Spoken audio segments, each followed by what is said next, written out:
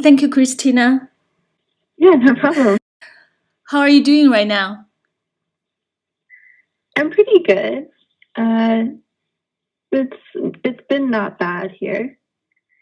So you're now in Wuhan, the center of the outbreak, and then no Chinese friends around, no, with your cat. Yeah, we're currently under like full lockdown, and just a couple of days ago they announced that they're closing all of the supermarkets as well, just to prevent anyone from having a reason to go outside. So now we have to get food delivered to our apartments if we need food. So it's been a little stressful. How you deal with this stress? So who gonna deliver you the food? If you need anything, what are you going to do? Well, we have certain companies that are doing the food delivery, and they're like government run companies, and they deliver to the whole neighborhood. So currently, I don't need any extra food right now because I bought a bunch before they actually closed the supermarket. But I'm thinking when I will need the food, I'll probably have to contact my boyfriend because I don't speak Chinese, so he'll have to Yeah. help me out a little bit with that. Okay. So where is your boyfriend? He is in Xiamen. I heard that when a Canadian government flight to evacuate Canadians, you didn't get in because you don't want to leave your cat behind. So tell me a little bit Yeah. story about you and your cat. Yeah, when I got the email, I because I initially did say yes, I'm here. I want to evacuate, and I kind of put my name down to register for the evacuation flight. However, when they emailed me back with all of the specific instructions, they mentioned things like that you can only bring one carry-on luggage with you because they're not having luggage facilities working in the airport. So you can only bring one carry-on luggage, and they said there's a no strict pet policy. And I had emailed them back, and I said, well, is this no pet policy for this one specific flight, or is it going to be for all of your evacuation flights?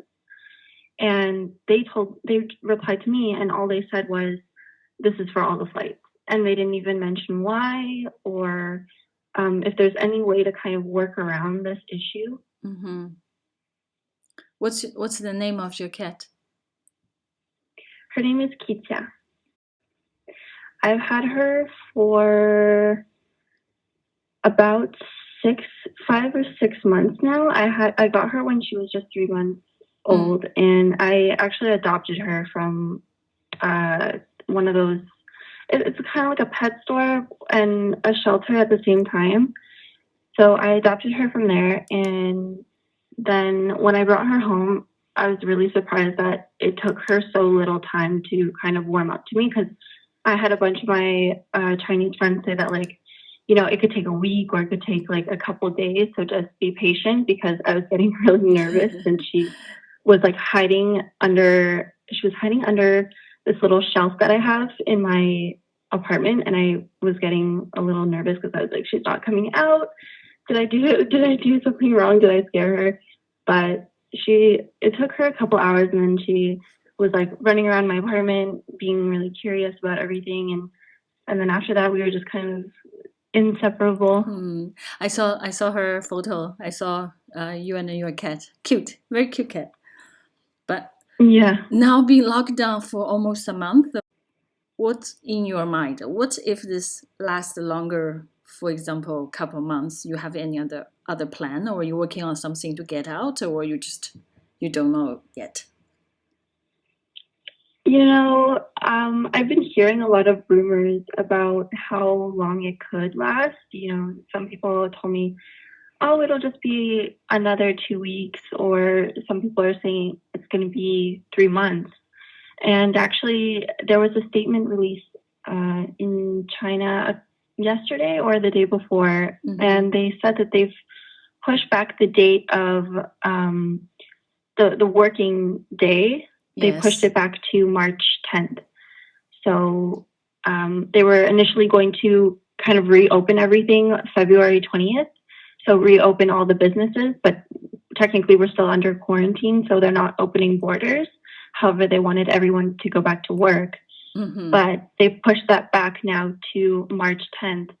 So now we kind of have to wait another 3 weeks to see if there's going to be any difference. And even then, people are saying it could be 3 months until they open the borders. So for now, I'm just kind of focusing on doing my YouTube channel and kind of informing everyone of what's going on, and so that everyone's aware. I had this idea that maybe I would just record like a minute every day and then just kind of collect maybe, up until they open the borders and stuff. I wanted to kind of have like a minute every day. Do you feel this is the right decision?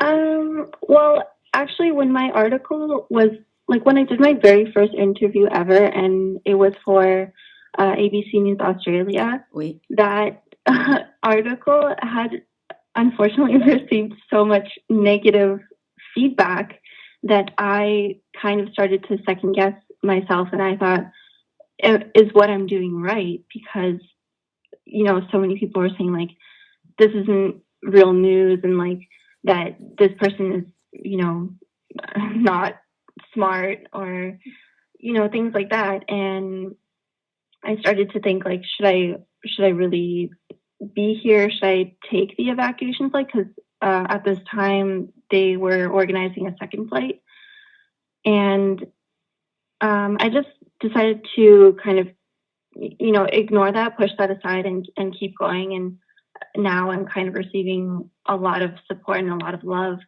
from people all over the world that feel that they would have done the same thing that I'm doing. Yeah, the animal lovers love you. Yeah. But give you a second chance, you would do the same thing. Will you? I think so, yeah, because just the past couple of days have been so overwhelming with the amount of support that people have been giving me. So I think that I would have definitely, like if I had gone back in time, I would have chosen this path either way, because, it really feels rewarding in a sense that, I chose this not knowing what the results would be, but they ended up being very positive. Are you worried sometimes? Sometimes, yes, because I think that most of the news that we hear is very last minute. Like there's no build up. It's kind of just like, just suddenly, oh, we're closing the supermarkets. Like we had no idea that this was happening. So when they did close the supermarkets, I did have a moment there where I was like, oh my God, what am I going to do? And I was, panicking for some time there, but there's always a solution. And now that they're delivering food, it does make it a little bit easier, I guess, because now you actually don't have to go out to get your groceries. However, it is quite limited because they have set bundles of food. So you can only choose a set bundle of food, and you can't really pick and choose what you want.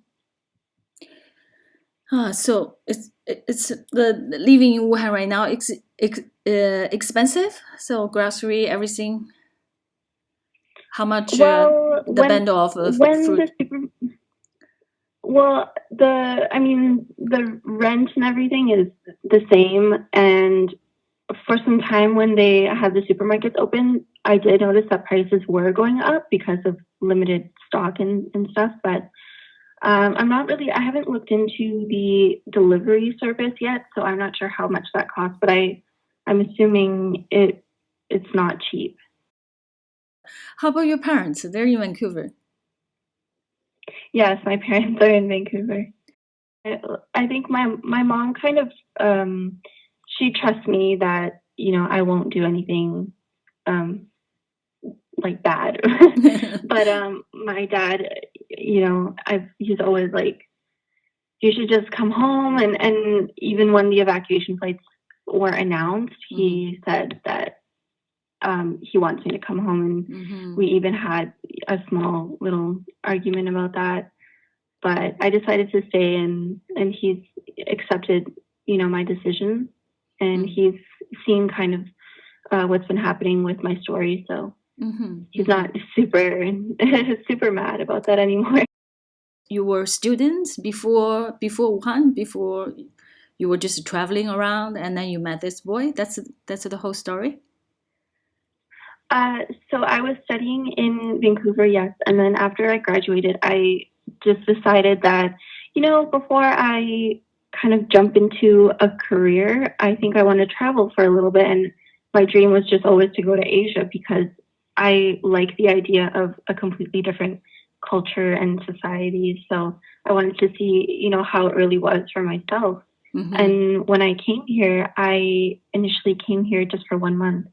And then, I ended up meeting him, and it's kind of weird how these things happen, but he just said, why not stay here? Because he saw that I really liked the city. I really, really liked Wuhan, and I like the lifestyle here because I think it's less busy than Vancouver or, other places in Asia, like, Shanghai or Beijing. So, yeah.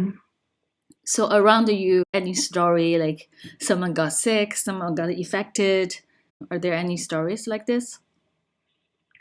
I haven't heard anything, but we did have a group of people come like into our building, and they were going to every door, and they were checking everyone to see who's sick. And I don't think anyone is sick around me or in my building. However, every now and then, because I can kind of sometimes hear people coughing or something, I get really nervous about that. But I think it's nothing serious. So what's the most difficult thing in this quarantine period for you? I think just not having any kind of human interaction really is really difficult because, sometimes you just kind of feel lonely, and even messaging people on WeChat or other social media, it kind of doesn't fill that gap, I feel. So that's been really difficult. And, usually when the city isn't under quarantine, I would go to like a cafe or, go walk around Hanje, like the shopping area. So it's kind of a completely different way of living now because I'm at home every day. I saw you doing some Taobao. Is that you try to reach more audience? Well, my initial reason is just that I've always wanted to be a YouTuber, and specifically more like an influencer. So I wanted to make videos that I myself would watch when I'm not working on my YouTube channel. I watch a lot of beauty videos or a lot of fashion videos. So I wanted to make the same type of videos in that category. And then this quarantine happened, and I think after my Wuhan video, a lot of people expected me to continue to make those types of videos, but I didn't want to turn into like a news channel. I wanted to keep my initial like desire and my initial ambition to be a beauty influencer. So kind of what I'm doing now is just doing what I want to do, but in my video, I'll have like subtle hints as to what's going on in Wuhan, like in my Taobao video. Last question. What's the first thing you want to do after the quarantine finish? I would love to just go to like a cafe and just order a drink because I'm a huge fan of bubble tea. And I haven't been able to order any this whole time, so I just have like this craving for bubble tea. So I think the first thing I'll do is order a bubble tea as soon as the quarantine is lifted. Thank you for accepting my interview. Oh yeah, for sure. Thank you for having me.